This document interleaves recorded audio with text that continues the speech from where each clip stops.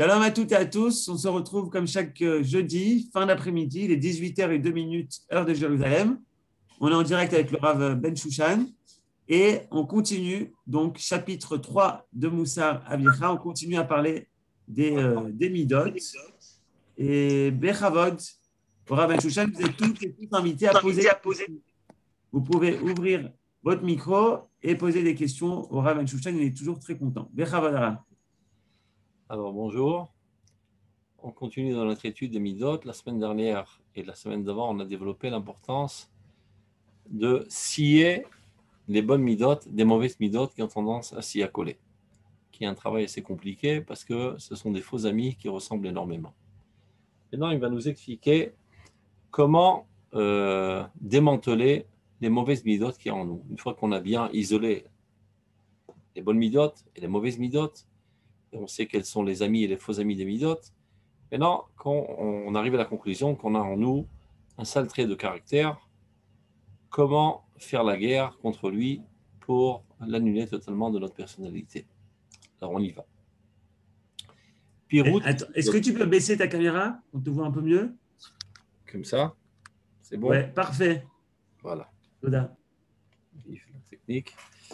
Alors, Pirout et Sodot à Midot, Midat Agav. Ça veut dire là, on va faire le détail des fondements des Midot. Les Midot, on va traduire par des traits de caractère. Quand c'est positif en français, c'est facile, on dit les vertus. Mais je n'ai pas trouvé un mot exact en français pour dire les mauvaises Midot. On va dire les traits de caractère négatifs. Alors, il s'avère que les traits de caractère, comme toute autre chose dans ce monde, sont constitués de plusieurs composantes. Comme par exemple une table, elle a des pieds, elle a du fer, etc. Un verre d'eau, ce n'est pas quelque chose qui est une seule entité, c'est composé de molécules, d'atomes, etc. Et bien de même, les traits de caractère, eux aussi, sont composés de composantes premières. Donc il faut savoir déceler quelles sont les composantes qui constituent une midote négative pour savoir les détruire une à une. C'est de ça qu'il va parler dans ce pérec. Kol hamidot, kasher narkor la date ikar shoshan. C'est-à-dire qu'on essaie d'analyser les différents traits de caractère qu'on a dans notre personnalité. Erlizaer misouren, pour prendre garde de ne pas tomber dans le péché, car il faut savoir qu'avoir une sale mida, ce n'est pas un problème banal, c'est un interdit de la Torah.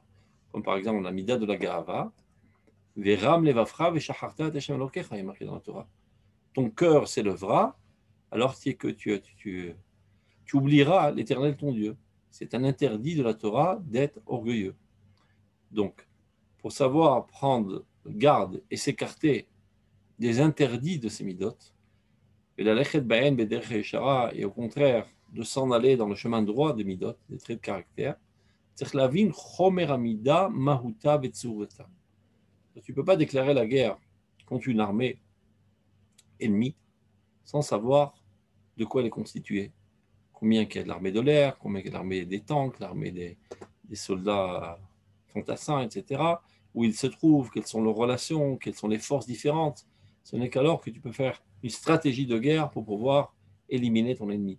Et bien, exactement pareil, au niveau des midot, de manière générale, c'est une guerre. Il faut savoir, celui qui est un petit peu fainéant et douillet, qui pense pouvoir se guérir des midot en se disant des beaux mots, c'est pas comme ça que ça va marcher. C'est une véritable guerre qu'il faut déclencher. Donc il faut connaître exactement Chomer Amida, c'est-à-dire de quoi c'est constitué, quelle est la matière. Par exemple, si je parle d'une table, elle a une forme, elle a aussi une matière.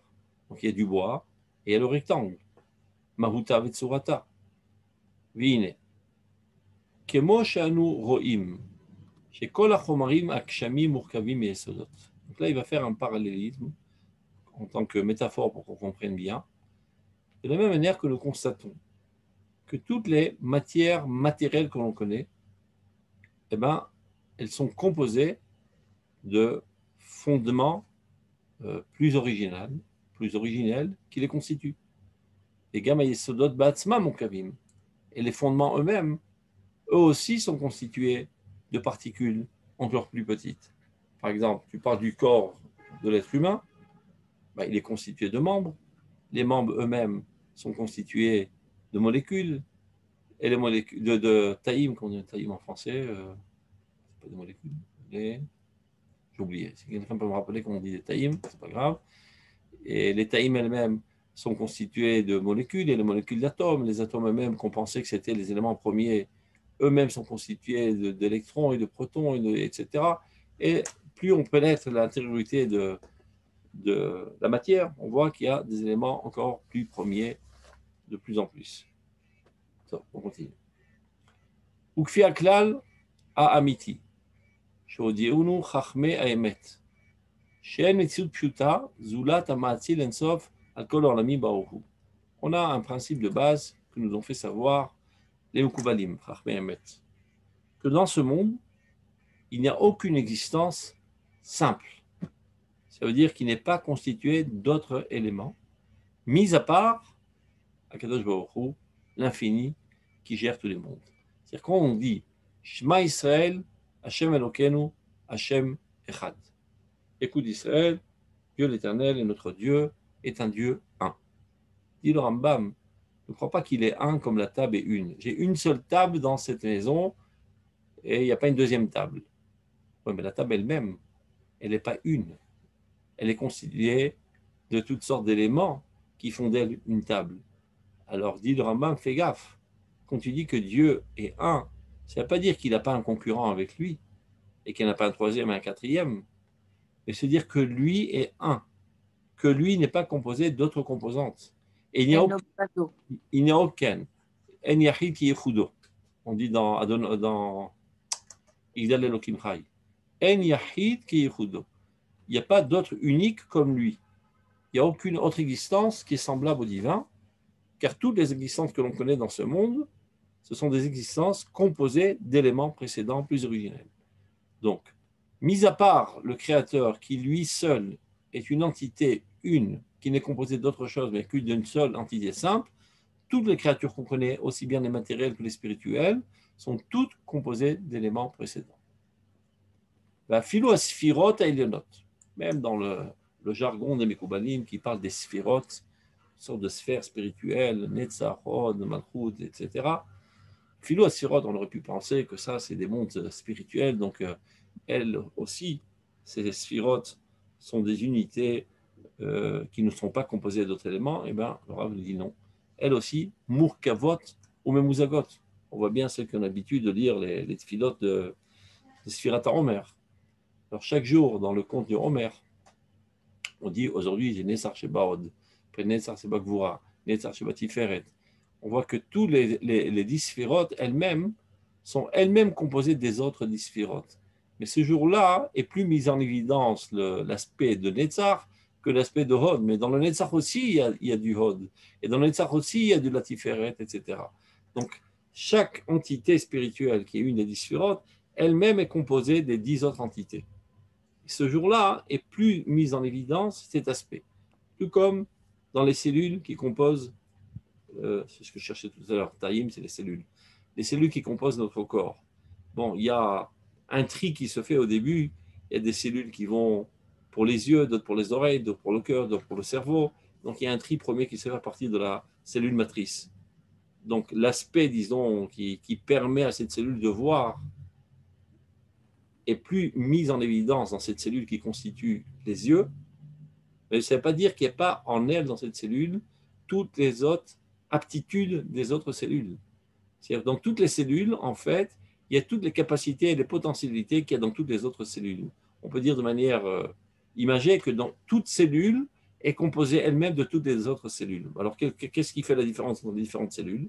C'est que dans cette cellule, on va dire ça, je dis ça pas de manière scientifique, d'autant plus que je ne m'y connais pas plus que vous, mais je sais que c'est comme ça plus ou moins. L'aspect visionnaire de la cellule des yeux est plus dominant que l'aspect de l'ouïe qui se trouve dans la cellule des yeux. Mais dans l'aspect de la cellule des yeux, il y a aussi l'aspect de pouvoir écouter, mais il est dans un état latent. Donc de même que c'est dans notre corps, sachant que notre corps n'est qu'une projection de notre âme, on va dire, c'est le reflet de notre âme en tridimensionnel, et c'est pas par hasard que Dieu a fait ce corps de cette manière, pour que, en analysant notre corps, on puisse faire une extrapolation et de comprendre qu'est-ce qui se trouve dans l'intériorité de notre essence qui est notre âme. Sur ce, le pasuk dit Mi besari eheze Eloha. En observant mon corps, je peux observer le divin. Ça veut dire, en observant le système corporel, comment il est conçu, comment il fonctionne, et qui n'a pas été fait par hasard, c'est Dieu lui-même qui l'a construit, sachant que tout ce système n'est que la projection de mon âme, je peux comprendre aussi quels sont aussi tous les systèmes qui gèrent mon âme, car il y a un certain parallélisme. Donc, c'est ce qu'il est en train de dire là. Afilo asphirot et elionot.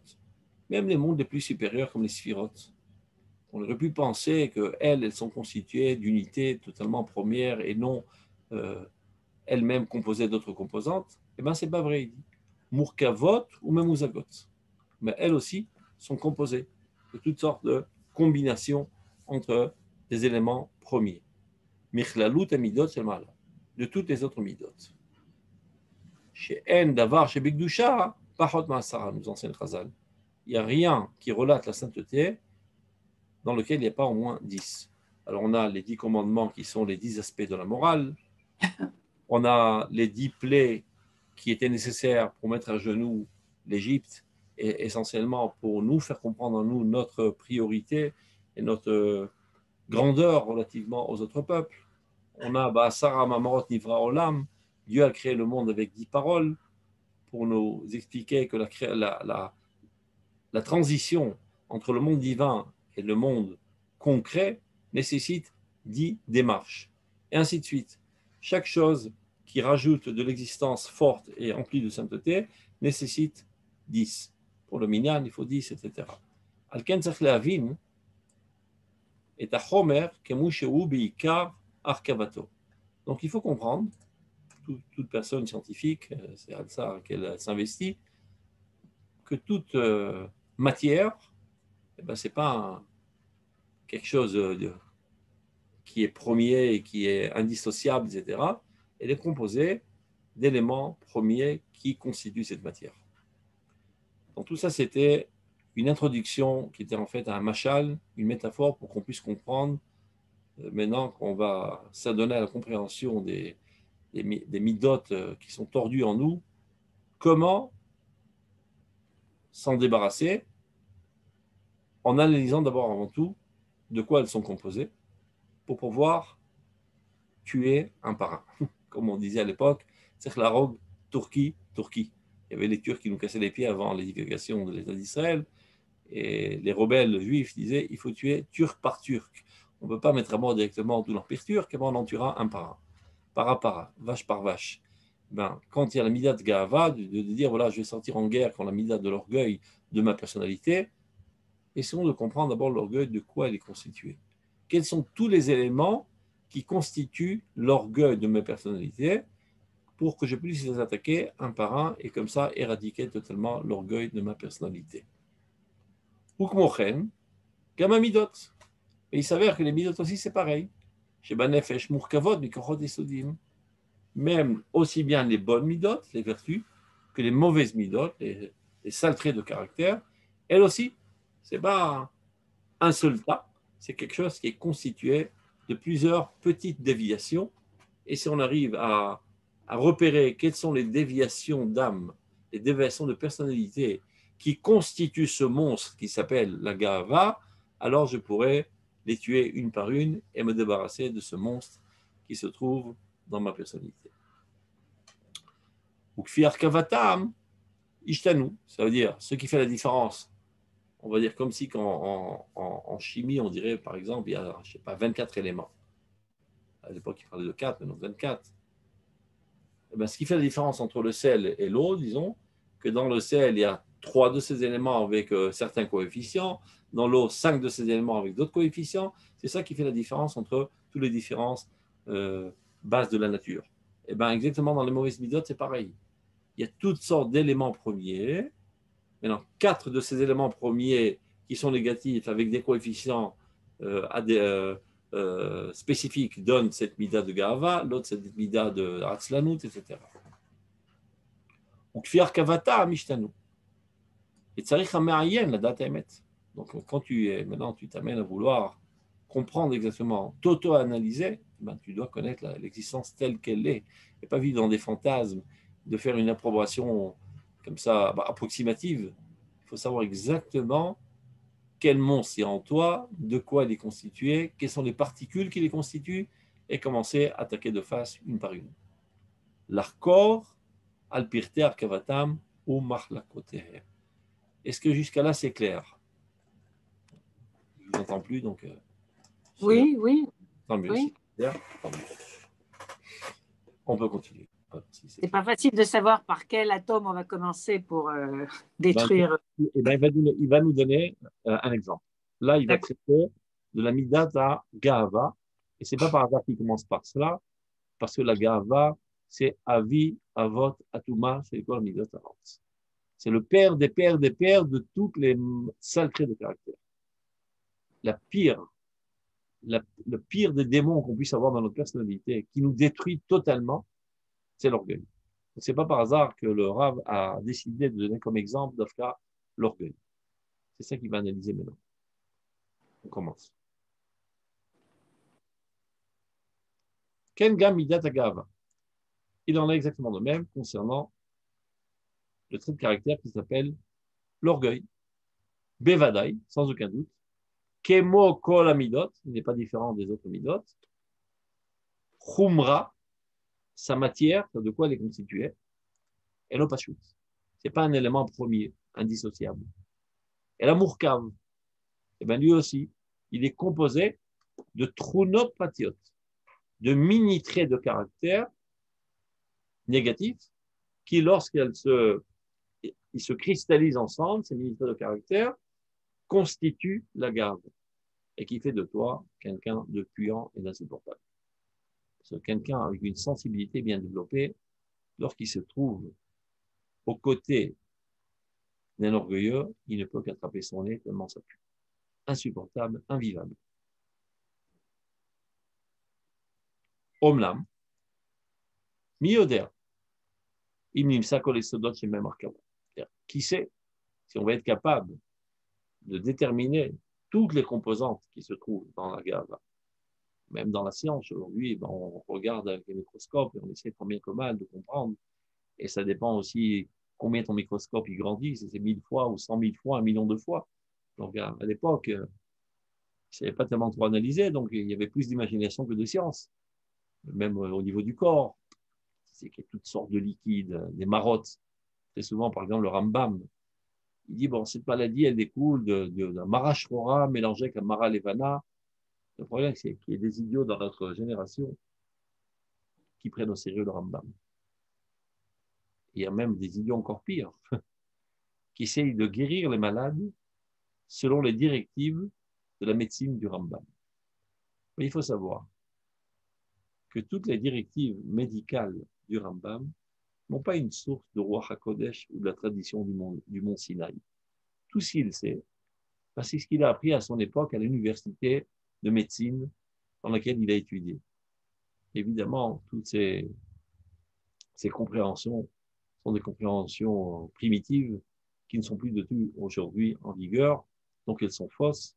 Celui qui essaierait de sauver la vie de son ami avec la médecine du Rambam est un criminel. Le Rambam lui-même, il dit franchement que tout ce qu'il sait, ça vient de ce qu'il a appris à son époque. Et comme ils n'avaient pas tellement d'outils et tellement de connaissances de la science, il y avait beaucoup plus d'imagination que de véritable science. Et donc, ils sont arrivés à des conclusions totalement erronées. Et ils n'avaient pas d'outils non plus. Ils ne savaient même pas c'était quoi les microbes. Ils ne comprenaient rien à l'époque. On se demande comment ils arrivaient à guérir. C'est un miracle. De là, on comprend bien que le véritable guérisseur, c'est qui guérit par l'intermédiaire de la science des hommes. Peu importe combien ils comprennent ou ils ne comprennent pas, Dieu guérit. Bien que c'était totalement idiot. Et je suppose que dans 100 ans, on rigolera aussi de notre médecine parce qu'on découvrira des choses bien plus profondes, ne serait-ce que par exemple dans la compréhension du cerveau. Aujourd'hui, on comprend peut-être la superficie la plus périphériale du cerveau, mais plus on pénétrera, on comprendra des choses bien plus intérieures et peut-être qu'on comprendra que là-bas se joue tous les problèmes et toutes les maladies, etc., et qu'on pourra déceler les maladies et les repérer et les guérir au niveau du cerveau, va savoir. Tout ça ne sont que des évaluations, mais sans aucun doute qu'on rigolera bien de nos manières de guérir aujourd'hui dans 100 ans. Donc il dit de la même manière, il dit Mioder, va savoir, imnim sa kolaisodot. Si finalement, avec toute notre recherche et nos analyses, on va être capable de trouver tous les fondements desquels sont constitués la Gava, mais on fait ce qu'on peut, dit Rav. Alors, Gamba Chomarim, maintenant, au niveau de la matière, nous ne sommes pas tellement sûrs. Le Rav Kook a vécu il y a 100 ans, aujourd'hui on est une situation meilleure, mais ne pas s'enorgueillir aujourd'hui aussi, parce que ce qu'on connaît en science, la qualité la meilleure pour un scientifique, c'est de savoir qu'il ne sait pas.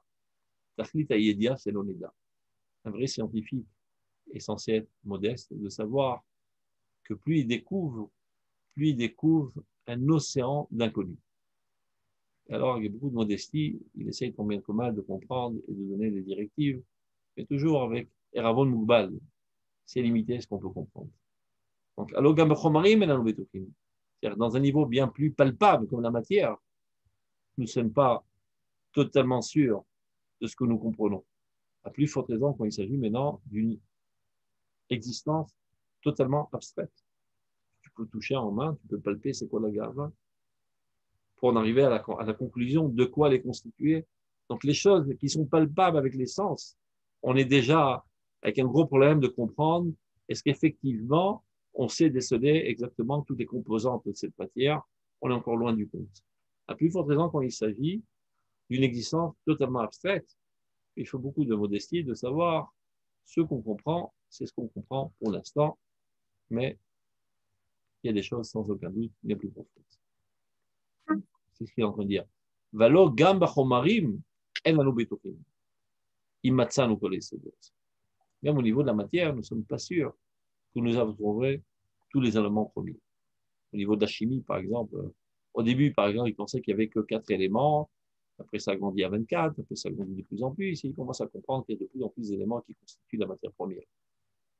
Afalpi, là, je suppose qu'il rapporte les données scientifiques de son époque.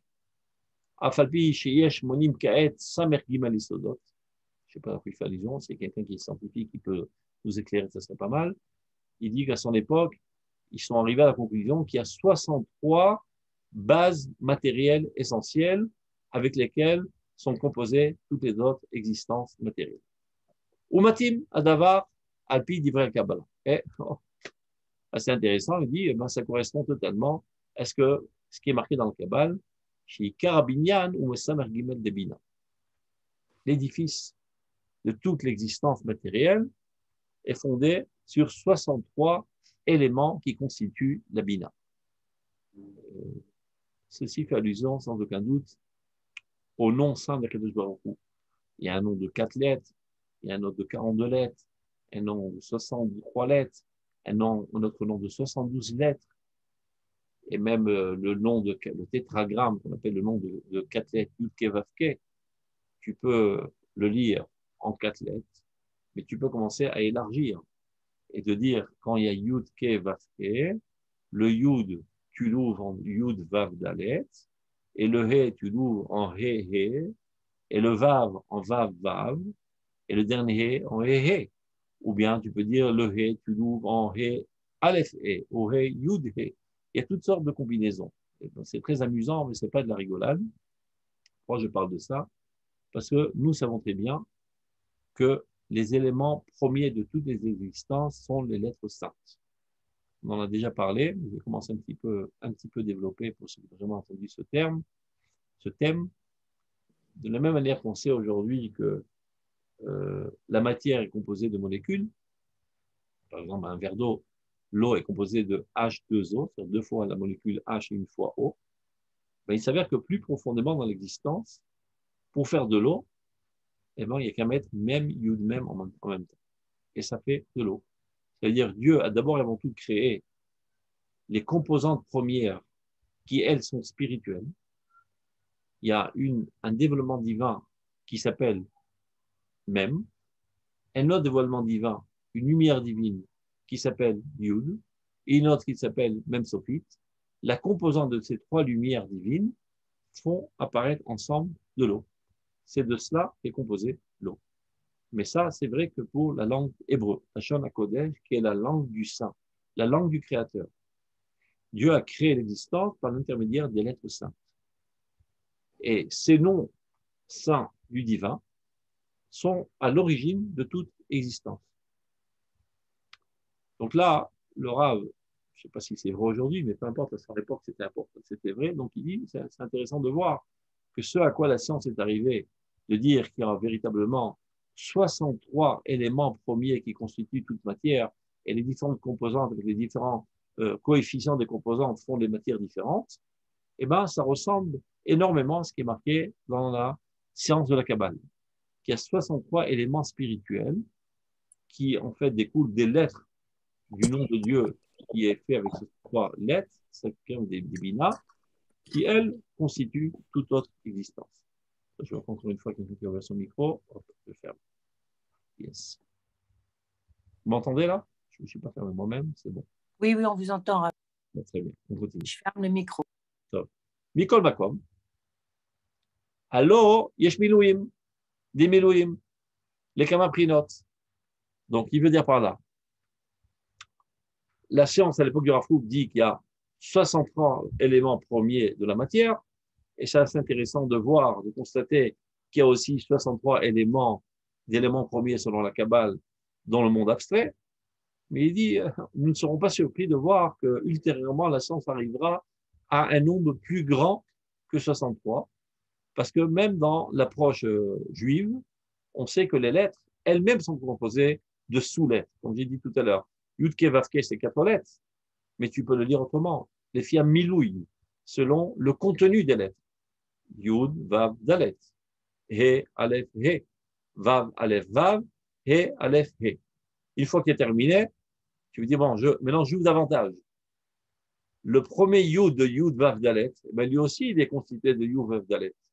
Et le Vav du premier Yud est composé de Vav, Aleph, de Dalet, et ainsi de suite. Okay.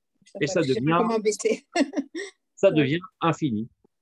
Donc, nous ne serons pas surpris, dit le Rav Kook, que ultérieurement la science arrive à des conclusions qui a plus que 63, et on va arriver à des sous-catégories, des sous-sous-catégories, peu importe tout ça pour dire qu'il n'existe rien dans la matière qui est quelque chose de premier, tout est constitué de plusieurs composantes. Mikol Makom, Kol Macher aussi, Vazeda Atnosifleka.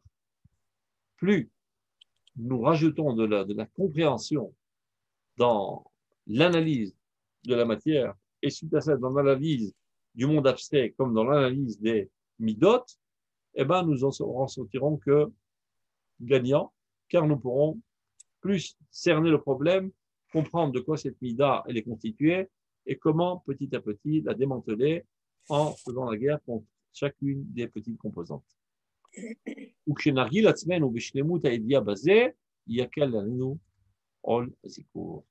il ne faut pas faire le fainéant, et d'essayer de donner très sérieusement dans cette étude, et d'essayer de comprendre véritablement dans la profondeur de l'existence chaque mida qu'on a, de quelle composante elle est constituée pour pouvoir mieux l'attaquer de face. Béniré. Donc maintenant, il va donner un exemple. Chez Esodot Amouvnim, Betrilat Ashkafa, c'est-à-dire de premier abord, première, on essaie de comprendre de quoi est constituée la mida de la Gava, il s'avère qu'il y en a quatre composantes essentielles. La première, Ahavat Atzmo Bemida de la merde. Chez Rotzelim Shor, Kol Ne'imut Elav. L'amour de soi, mais de manière hypertrophiée. Il veut toujours tout ramener à lui-même. Bon, il n'y a rien de mal de s'aimer. Quelqu'un qui ne s'aime pas, il a des gros problèmes psychologiques. De s'aimer, c'est un fondement très essentiel dans la vie pour pouvoir être fonctionnel. Et c'est même une mitzvah, puisqu'il est dit Ve'afta lereacha kamocha. Tu aimeras ton prochain comme toi-même, ce qui laisse sous-entendre que tu es censé d'abord avant tout t'aimer. Si quelqu'un dit, va ça, tu aimeras ton prochain comme toi-même, et lui, il est maso, et ben il appliquera cette mitzvah en étant sadiste. Et de la même manière que moi, j'aime bien souffrir, on me fasse souffrir, je vais faire souffrir les autres. Donc, c'est pas à une personne malade mentale que cette mitzvah est adressée, mais quelqu'un de normal qui s'aime. Le problème là, c'est pas que tu t'aimes. Le problème, c'est bemidak de là. Tu exagères ton amour propre, plus qu'il en faut. Et ça devient le centre exclusif de tout intérêt dans ta vie. La seule chose qui m'intéresse, c'est moi. Avatatsmo, bemidak de la meod. Top. On n'en veut pas un petit enfant qui est égocentrique, qui ne pense que à lui et qui voit tout à travers lui et qui analyse tout à travers lui. Il est petit enfant, il ne faut pas le vexer, mais petit à petit, on lui apprend à aimer son prochain, à aimer sa famille, à aimer son peuple, à aimer l'humanité, à aimer tout ce qui existe, et tant bien que même de partager, et pas toujours chercher que ton propre intérêt. Petit à petit, on le sort de ces quatre coudées de son individualisme vers l'altruisme, vers le nationalisme, vers l'universalisme, et c'est comme ça que ça devient quelqu'un de normalement conçu. Mais il y a des gens qui n'ont pas fait ce travail, ils sont restés encore à l'âge de 1, 2 ou 3 ans. Ils ont, selon la montre, ils ont 90 ans, mais selon la maturité de leur esprit, ils ont 3 ans. Il n'y a qu'eux qui existent dans le monde. Tout est analysé au travers de leur personnalité et tout est vu de leur point de vue. Donc, Avat atzmo b'midak de la me'od, shirotze limshor kol ni'imut elav. Que tous les délices lui reviennent. Il cherche toujours comment arriver à un maximum de délices pour sa propre personnalité. Évidemment, il ne prend jamais en compte les autres et même au détriment des autres. Bête, c'est la deuxième composante qui amène à être un gaftan. Koach hadimayon, mat'e lagdil kol ma sheyesh bo be'arbe kiflaim me'amida amitit. L'imagination, qui est trompeuse toujours, l'amène à croire qu'il a beaucoup plus en lui que ce qu'il a véritablement. Il se peut qu'il a en lui certains atouts, certaines supériorités par rapport aux autres. Il est né comme ça. Le problème, c'est qu'il a une extra-évaluation de son moi. Donc il est mal barré, comme on dit. Il pense qu'il est Superman, qu'il est le plus fort, le plus intelligent, le plus rapide, le plus dans tous les domaines. Donc il vit dans le mensonge. Parce que c'est pas évident qu'il y ait le plus dans tous les domaines. Il y a d'autres personnes dans ce monde qui sont plus forts que toi dans énormément d'autres domaines. Mais là, il n'est pas capable de le comprendre. C'est même pas une volonté, c'est une fausse évaluation, car il n'analyse pas les choses à la lumière de son intellect, à la lumière de Dimayon. Et le Dimayon, l'imagination, c'est quelque chose de très trompeur. Encore une fois, un petit enfant. On revient toujours à la même chose. C'est quelqu'un qui n'a pas subi un processus de maturation. Un petit enfant est allongé au lit la nuit et tout d'un coup, il hurle comme un fou. Alors, son papa, sa maman viennent à ses côtés. Qu'est-ce qui arrive? Ben, j'ai vu un lion qui va sauter sur moi. Bon, on allume la lumière. On lui montre que le lion qui pensait être lion n'était que le manteau de sa grand-mère accroché sur le porte-manteau. Donc, il se calme. 3 secondes après, il hurle encore une fois. Il a sauté sur moi, il m'a griffé. On réallume la lumière. On prend le manteau dans les mains. On lui approche dans les mains, touche, tu vois, c'est du tissu inoffensif qui ne peut faire rien de mal. Ce n'est pas un lion. Petit à petit, on conquiert les zones dans son cerveau qui ont été conquis par l'imagination et on redonne le contrôle de l'intellect dans son cerveau. C'est pour parler de manière imagée. Lorsque quelqu'un naît, son cerveau baigne dans un bouillon d'imagination. Petit à petit, il faut faire évaporer le bouillon, que le cerveau soit pur. Aucun bouillon, aucun liquide d'imagination, et tout est analysé à l'aide de l'intellect de manière exclusive. On parlera ultérieurement de l'importance de l'imagination, mais ce n'est pas notre sujet. Là, on va plutôt parler des aspects négatifs et nocifs de l'imagination. Et tant que la personnalité est sous l'influence de l'imagination, ben, il ne vit pas dans le réel. Il vit dans un monde imaginaire. Tout est faux. Tout est falsifié dans sa déperdition des choses. Donc, on a appris déjà comment guérir de cette maladie. Énormément de ces faits.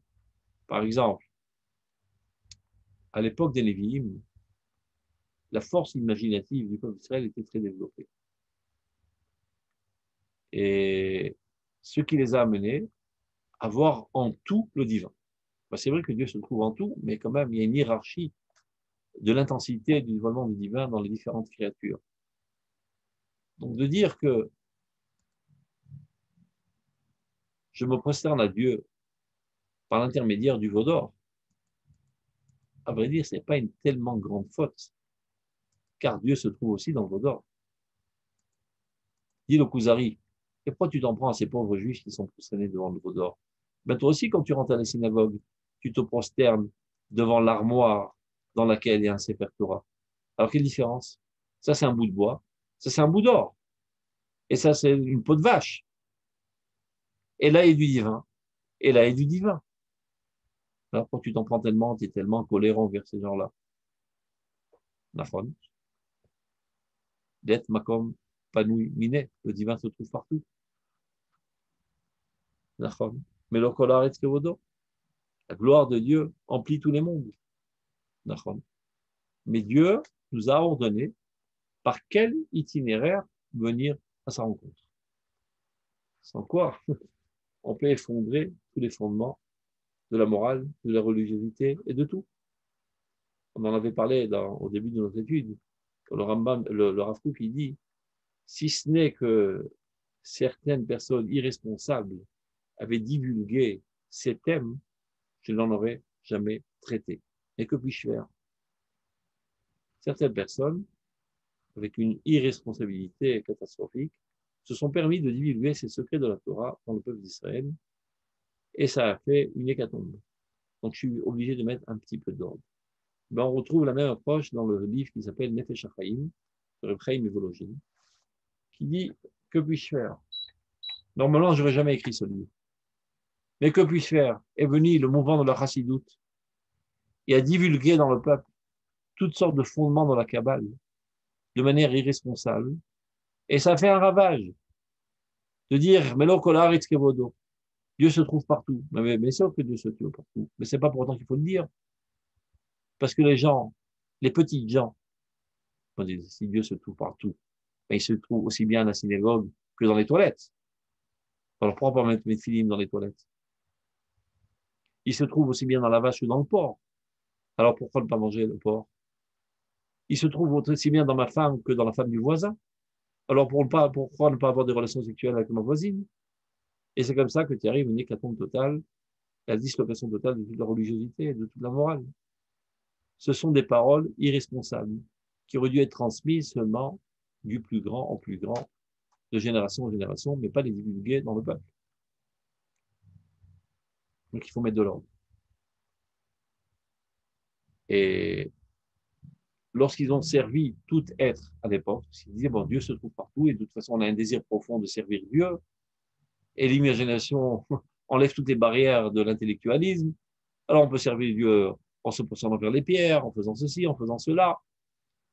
Alors, Chachamim ont fait, les prophètes ont tout fait pour réprimander le peuple d'Israël, les enthousiasmer au service de Dieu tel qu'il le faut. Ils n'ont pas réussi. 800 ans d'efforts des Nevi'im se sont terminés par un échec. Ils n'ont pas réussi à déconnecter le peuple d'Israël de l'Arvo d'Azor. Jusqu'à qu'un beau jour, les Chachamim ont dit au prophète, merci, monsieur le prophète, pour votre œuvre extraordinaire. Mettez-vous de côté. À partir de maintenant, nous prenons le contrôle de la gestion du peuple.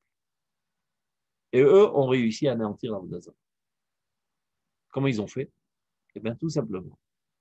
Une des quatre composantes de la personnalité, c'est l'imagination, qui est très importante comme base sur laquelle doit se développer la prophétie dans notre personnalité. Ils se sont dit, regarde, c'est un cheval fou que personne n'arrive à dompter pour l'instant.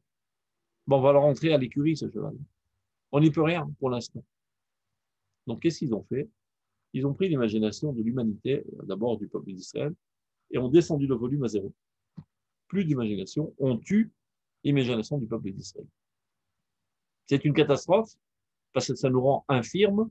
On a perdu une des 4 composantes essentielles de notre personnalité, c'est vrai. Mais c'est moins grave que de faire de l'Avodah Zarah. C'est le prix à payer pour arrêter l'Avodah Zarah. Et d'ailleurs, Chachamim nous disent, le jour où ils ont réussi à tuer le Yetzer Hara de l'Avodah Zarah, il est sorti comme un ion de feu du Kodesh HaKodashim. Pour nous dire que la tendance première de l'Avodah Zarah, c'est pas quelque chose d'impur. C'est une volonté intense de se rapprocher de Dieu avec un enthousiasme très, très brûlant. C'est un feu. Ouais, mais il est tellement fort qu'il est indomptable, ce cheval brûlant. Donc, on l'a tué pour l'instant. Mais comment ils ont fait? Tout ça, c'est une métaphore. Comment ils ont fait pour éteindre l'imagination de notre personnalité? Eh bien, ils nous ont arrosé de tonnes et de tonnes de litres de séchel. Trop plein de séchel tue l'imagination. Des fois, c'est dangereux. Parce que des fois, il y a certaines situations dans ma vie où tu dois te laisser sous l'envol de l'imagination, sous l'envol du regesh parfois.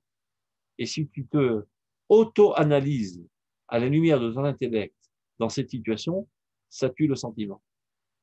Tu posant dans une situation romantique, ou bien plus dans un rapport sexuel, tu commences à te voir de l'extérieur et te dis, mais qu'est-ce que je suis en train de faire? Ce truc bizarre. Ça t'éteint au moment même. Donc, il y a certaines situations, il faut laisser le sechel en bémol. Pendant la prière, c'est pareil. La prière, c'est du regesh. C'est du sentiment. Si tu commences à mettre de manière prédominante le sechel pendant la prière, tu as tué la prière. Donc, ce sont des forces nécessaires et vitales pour le fonctionnement de notre vie. Ouais, mais comme toute force, si on n'est pas capable de la mener pour le bon objectif, eh ben, il vaut mieux l'éteindre si elle nous dérange. C'est ce qu'on fait à Chachamim. Ils ont dit, momentanément, ce momentanément a duré 2000 ans, on éteint l'imagination. Avec des tonnes et des tonnes de sechel. Alors, ils ont dit Arbou, Talmidim Arbé, c'est aussi Agla Torah, et ils ont mis tout le paquet sur le développement intellectuel de la personnalité du peuple d'Israël. Donc, on sait comment contrecarrer l'imagination. Donc, dit le Rav, si ta personnalité, il y a trop d'imagination, tu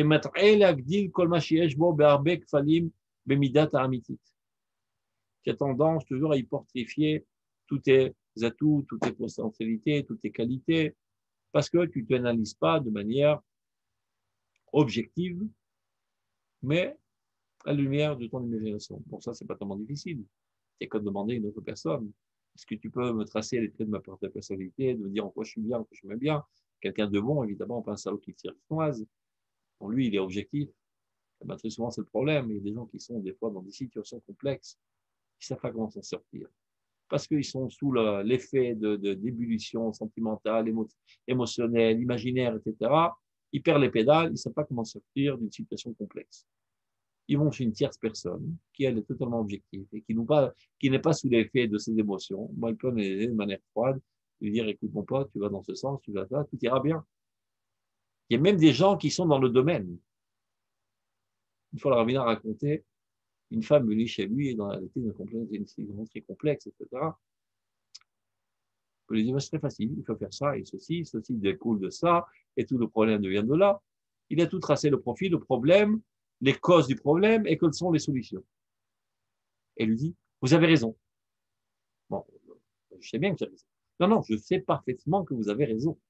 Parce que moi-même, je suis oseret socialiste et je suis psychologue. Bon, si vous êtes psychologue, pourquoi vous êtes venu chez moi? Ben, je ne peux pas m'auto-analyser. Il fallait que je vienne chez une tierce personne qui parle de manière objective et qui n'est pas sous l'effet de ses émotions, qui me dise des vérités en face. Des fois, tu n'es pas capable de faire toi-même. Donc, tu peux t'aider une autre personne. Gimel. Ot taout. Dimioni. Encore une autre erreur qui est sous l'influence de l'imagination.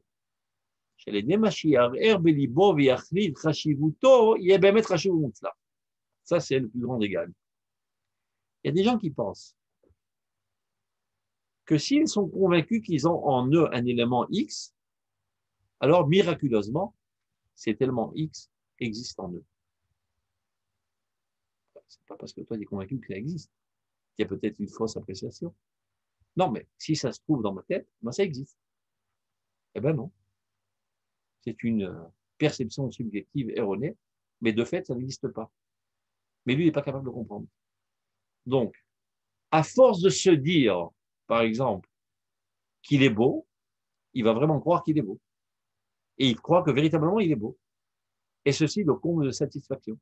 Oh, mais il n'est pas beau, on n'y peut rien.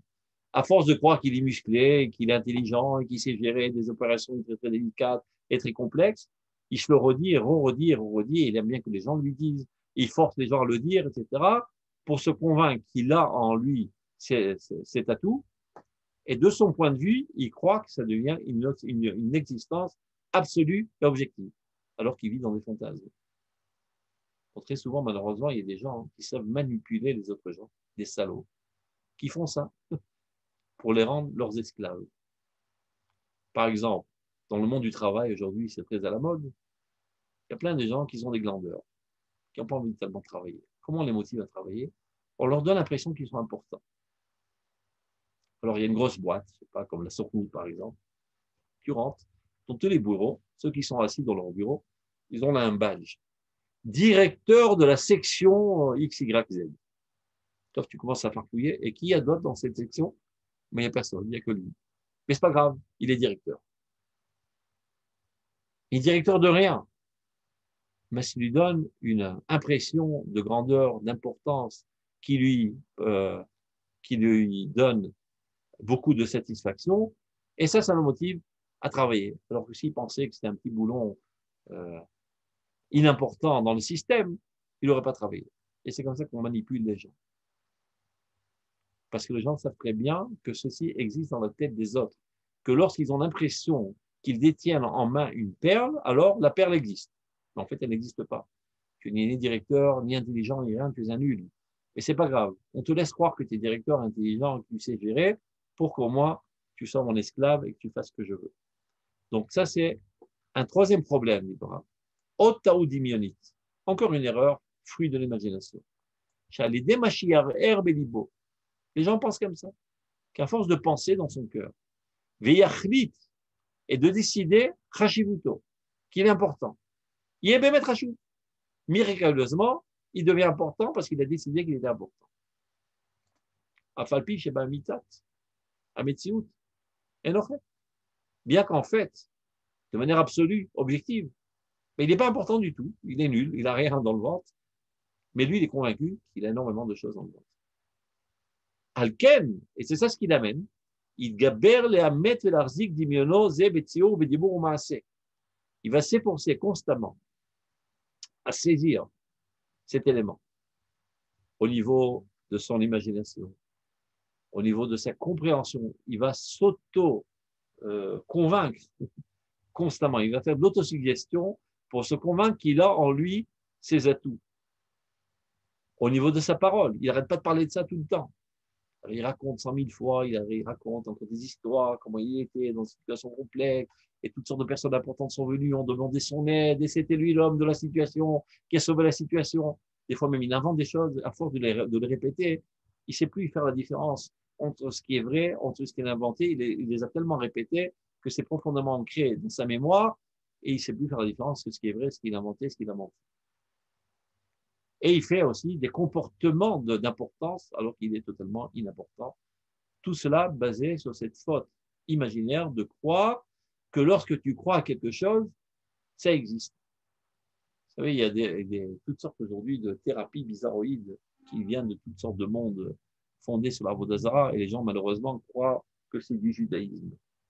Ils disent par exemple, Tarshov Tov Yetov. Vous avez certainement entendu ça. Qui a dit? D'où ça vient ce mensonge? Tarshov Tov Yetov. Miyama. C'est mystique. Pense que tout ira bien, eh bien tout ira bien. Je ne suis pas sûr, on ne sait rien. Pense qu'il n'y a pas aujourd'hui d'épidémie, il n'y a pas d'épidémie. On vit dans un monde imaginaire. Bon, alors, je ne mets pas mon masque parce que je suis convaincu qu'il n'y a pas d'épidémie. Pense qu'il n'y a pas de guerre. On est aujourd'hui dans un processus de paix. Il n'y aura pas de guerre. De fait, le terrorisme continue. Eh ben non, c'est pas du terrorisme. Ce sont les derniers soubresauts de la fin de la guerre pour entrer dans l'époque de la paix. En fait, ceux qui sont tombés par le terrorisme sont les victimes de la paix. Mais en fait, tout est paix. Tout le monde veut la paix. Il n'y a plus, il y a plus de loups qui cherchent les petits moutons. Nous vivons dans un monde de paix. Eh ben, mon pote, tu te gourres sur toute la ligne. Nous sommes encore dans un monde de guerre. Et si tu n'es pas sur tes aguets, tu te feras assassiner. Et tant que c'est toi qui es une nouille et qui pense de cette manière, c'est pas tellement grave. Maximum, c'est toi qui vas crever. Mais quand tu te tiens à la tête de la nation et que tu vis dans un monde imaginaire, qu'aujourd'hui nos ennemis, nos voisins environnants ne cherchent que notre bien et ne cherchent qu'à accéder à la paix, et que tu prennes des directives politiques fondées sur ce monde imaginaire, après il y aura 10 000 morts dans le peuple d'Israël à cause de tes idioties. Et c'est comme ça qu'on arrive à Eskémé Oslo, et Eskémé Haï, et Eskémé qui change de nom tout le temps, mais c'est toujours la même chose. C'est des gens qui vivent dans un monde imaginaire. Alors ils ont fait la fête avec des ballons, voilà, on est dans le monde de la paix, d'où ça provient? Ben, ça provient que le peuple d'Israël est tellement amoureux de la paix, espère la paix depuis des millénaires. Donc un beau jour, ras-le-bol de la guerre, on décide qu'il y a la paix. Et tu peux décider, tu peux rêver, il n'y a pas de paix. Anim d'Aber Shalom, même à la Milchama. J'ai en face de moi des loups assoiffés de sang, qui ne rêvent que de m'exterminer, et qui savent très bien qu'ils ont affaire des fois à des nouilles qui vivent dans un monde imaginaire, et donc ils alimentent ces imaginations en parlant dans un langage de paix. Mais à la première occasion, il faut prendre un coup de poignard. Donc arrête de vivre dans des fantasmes. Analyse les choses de manière froide, fondée sur des faits, comme toute approche scientifique.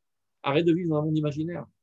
Donc c'est pareil dans le monde politique, c'est pareil dans le monde médical, où la médecine normale, c'est trop compliqué, il faut tant de médicaments, et il y a des crises, et ça marche pas tout le temps. Aujourd'hui, il y a la baguette magique, la médecine alternative, qui trouve solution à tout avec un médicament miraculeux qui s'appelle le médicament de Léonard. Tu prends ce truc à base de cette plante, ça guérit toutes les maladies. Top, des fois ça marche parce que ça s'appelle comment on appelle ça? L'effet psychosomatique. Placebo. Placebo. Placebo. Ah, ça Mais marche. un petit point d'optimisme, c'est quand même bien sur le niveau mental, non? J'ai pas compris, répétez. Et une petite pointe d'optimisme, c'est quand même pas mal sur le plan mental, quoi. C'est un des facteurs de la guérison, même de la médecine normale. Oui. Mais ce n'est qu'un des facteurs. Et c'est sur ça que jouent tous les charlatans. Ah oui, ça, je suis d'accord. Parce que, de toute manière, la plupart des maladies se guérissent d'elles-mêmes. Environ 80%. Le corps est conçu de manière qui sait comment se mesurer au problème. C'est Dieu qui l'a créé de cette manière. Maintenant, il reste 20%. Dans les médicaments, il y a un effet actif du médicament lui-même qui agit sur le côté physiologique du corps. Et il y a aussi un effet psychologique, qu'on appelle le placebo. Et donc, évidemment, qu'il est amplifié, plus tu y crois. C'est-à-dire, si tu as une confiance en ton médecin, et tu penses qu'il y a un médecin sérieux, un stagiaire qui commence à débarquer, il y a plus de chances que ça guérisse. Mais les gens ne le savent pas. Donc, ils ont une maladie, ils vont chez un charlatan qui se nomme médecin parce qu'il a fait, je sais pas, un cours de 6 mois de médecine alternative, il te donne un poison qui n'a aucun effet en fait à avaler. Même pas un poison, c'est un truc qui a rien parfois. Et ça marche. Il a guéri. Bon, d'abord, avant tout, il y avait 80% de chances qu'il guérisse de lui-même. Après, il y a l'effet placebo. Ça fait déjà 85%. Donc, à 85% des coups, ça marche de toute manière. Mais les gens qui n'ont pas étudié la science ne savent pas cette donnée. Et c'est comme ça qu'ils sont entourloupés. Après, il y en a d'autres qui se disent, si ça n'a pas marché, c'est-à-dire s'il est dans les 15% qui n'ont pas marché, c'est parce que j'ai pas assez cru, c'est pour ça que ça n'a pas marché. Et l'autre qui dit, en fait, il s'est rendu compte qu'il s'est fait arnaquer, mais il n'ose pas le dire parce qu'il a perdu de l'argent, etc. Il ne veut pas passer pour une nouille dans la société, donc il se la ferme. il restera que 5% de cette population qui a été arnaquée, qui va commencer à faire la guerre contre ce charlatan. Ouais, mais 5% contre 80% qui se tait, il a gagné au la main son combat. Il fait une émission à la télévision, ils font monter en vidéo quelqu'un, je sais pas, qui était infirme et qui s'est levé sur ses jambes. Merci, monsieur le docteur Berkovitch, vous m'avez sauvé la vie. Et c'est comme ça qu'il éradique tous ses rivaux qui lui font la guerre. Il a gagné, il continue à vendre sa camelote et d'entourlouper tous les pigeons dans ce monde. Et tous ces gens-là, c'est parce qu'ils n'ont pas une approche scientifique fondée sur l'intellect, mais ils vivent dans un monde imaginaire. Ils pensent qu'ils puissent avoir des raccourcis dans les processus naturels. La nature n'a pas de raccourci. On peut un petit peu accélérer, mais tu peux pas se passer de 0 à 100. Comme tous les produits magiques pour faire le régime. Elle est grosse comme une patate. On lui montre une photo d'un mannequin Miss Monde. Alors, avaler 3 fois par jour, ça va marcher. Elle avale pendant des ans. Non, parce que j'ai pas mangé avant le repas, j'ai pas mangé au milieu du repas. Elle continue de dilapider sa fortune. Finalement, avant de perdre l'argent, elle a des soucis, elle commence à maigrir. Et ça marche. Donc, on continue. Dalet. Klalakol ou sichlut.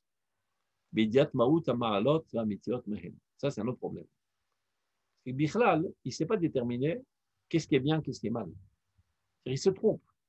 Il pense, par exemple, que d'avoir un caractère fort et piétinant les autres, c'est quelque chose, c'est un atout dans la vie. Et donc, il n'y a aucune chance qu'il s'écarte de la gava s'il pense que la gava est un outil de réussite dans la vie. Ça c'est pas un problème d'imagination, etc.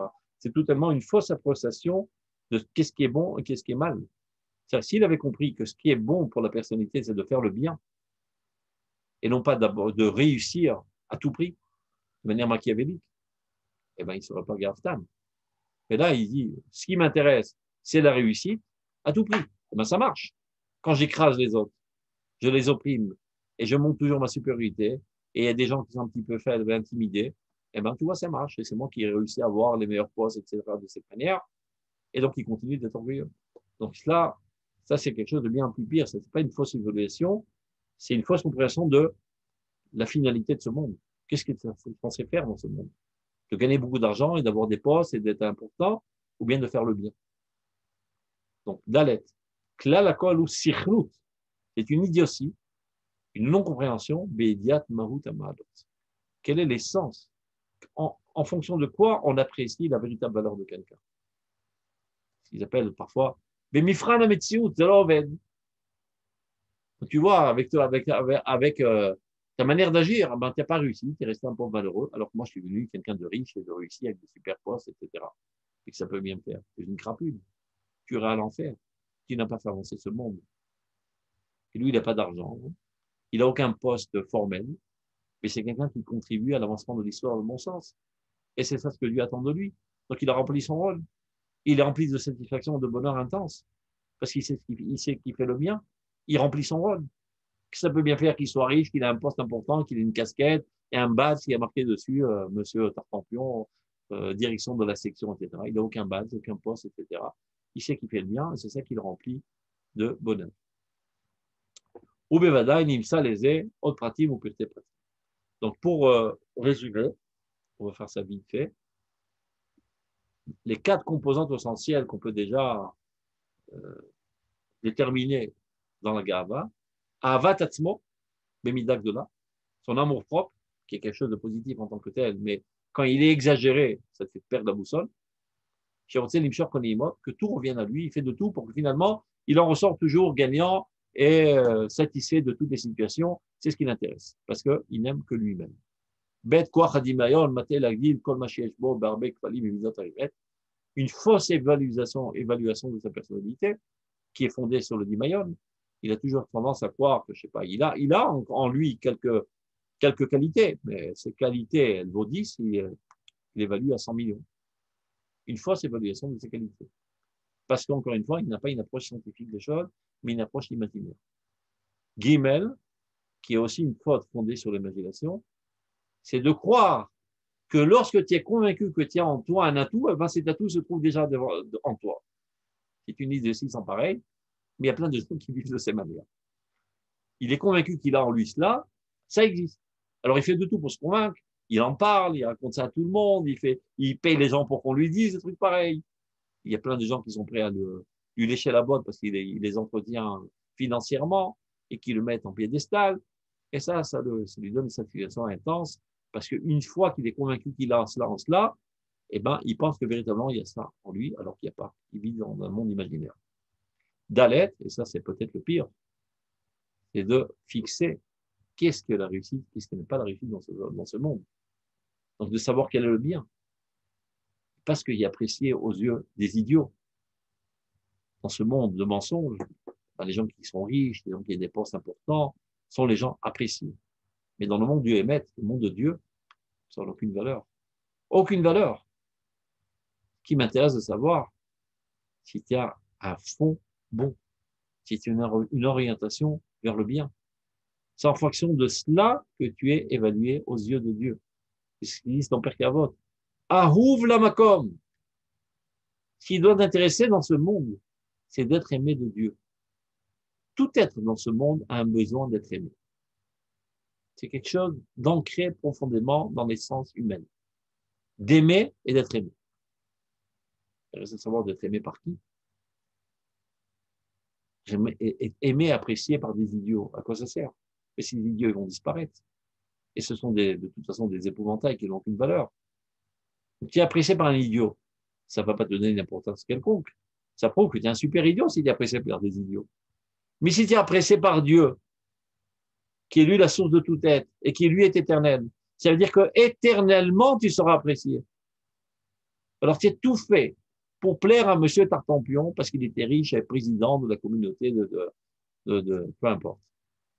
Un an après, il est mort, le bonhomme. Il est sous terre dévoré par les vers. Donc tu as investi toute ta vie pour quelque chose qui n'a aucune valeur, qui ne tient pas la route.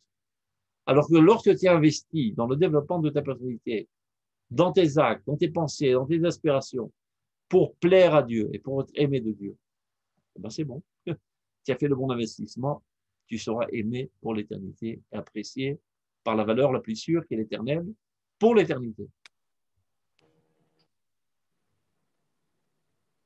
Il y a des gens qui traduisent mal, c'est marqué dans Pirkei Avot, il est marqué Nechmad la briotte, Aouv la makom, mais Nechmad la briotte. C'est ça ce que tu dois rechercher dans ta vie. D'être aimé par Dieu, mais c'est Nechmad, comme Chayat Mahmad, un animal domestique.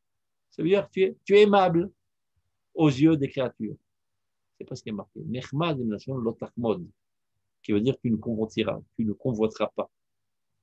Très souvent, d'afka parce que tu recherches à être arouv la makom, c'est-à-dire de t'accoler à la vérité absolue, qui est la volonté de Dieu, et c'est ça ce qui t'intéresse dans ta vie, rien d'autre. Mais ça peut un petit peu déranger les autres. Et développer en eux, envers toi, même parfois une haine. Parce que tu les disqualifies. Si tout le monde a une moyenne de 10, et toi tu te trouves à 1 million, ça les dérange quelque part. Parce que jusqu'à présent, ils se sentaient bien dans leur peau en étant 10. Et tu viens parmi eux et tu as 1 million, ils se sentent toutes nouilles, tout petits. Sans le dire, tu les déranges. Ils te haïssent. Ils n'arrêtent pas d'envoyer des flèches, de piquer, et te disqualifier aux yeux de tout le monde. Peu importe. Ça m'est égal.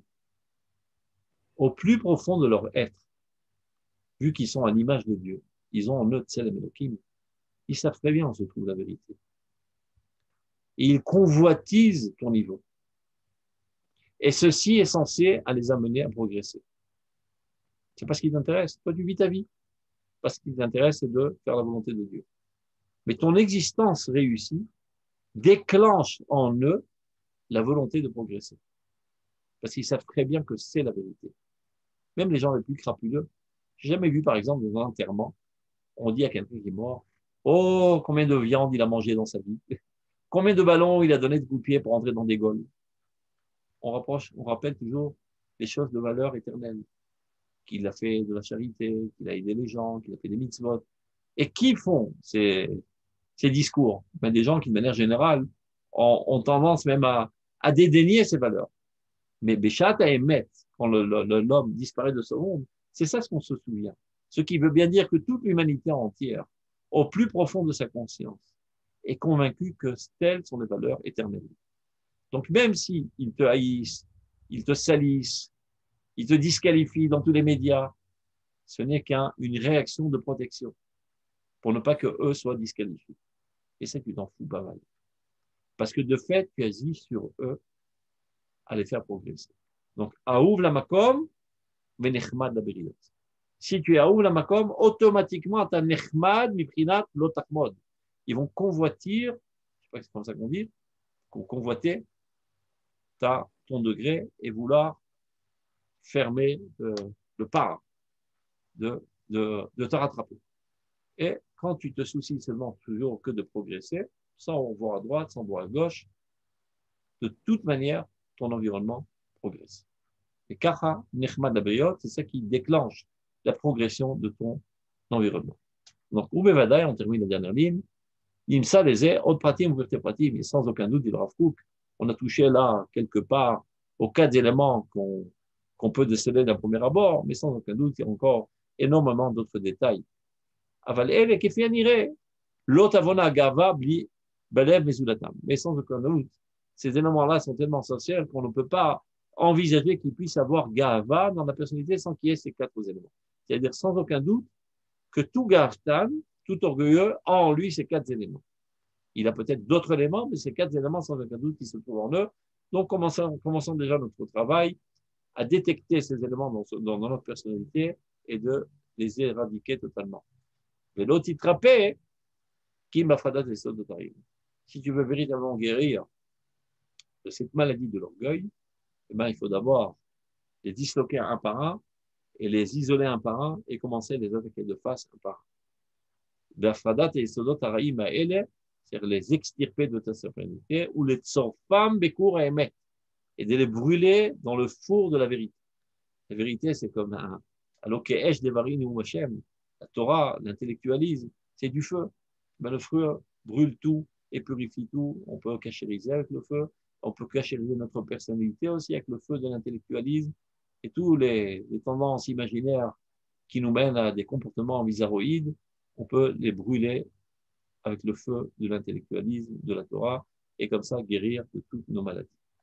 Tov, portez-vous bien. Et j'ai une question, Rav. Avec plaisir. Et tout à l'heure, vous parliez, enfin, peut-être que j'ai peut-être mal compris, mais quand on lit les Ilchot Deot de Rambam, les règles de la vie, les traits de caractère, enfin, les règles de la vie et les lois alimentaires, il a quand même eu Maïmonide a quand même, Rambam a quand même eu le zerhout de montrer qu'il ne faut pas des extrêmes, il restait dans la voie médiane. Donc, même si c'est écrit à l'époque, mais c'est toujours. Toujours vrai. Ouais, alors qu'est-ce qu'il y a de mal? Non, mais peut-être que je n'ai pas compris ce que vous aviez dit tout à l'heure en parlant de Rambam. Non, je parlais des directives au niveau médical.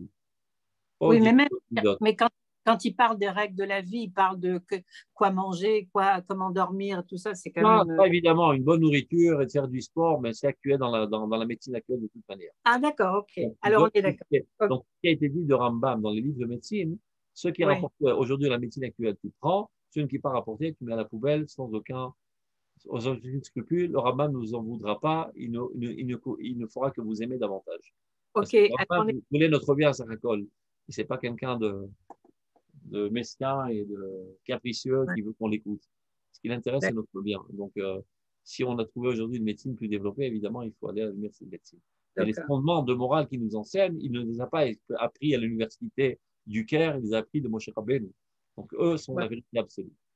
Alors, c'est bon, j'ai compris maintenant. D'accord. Tov, Baraba. Shabbat bien. Toda Rabba, Shabbat Shalom à tous. Toda Yann.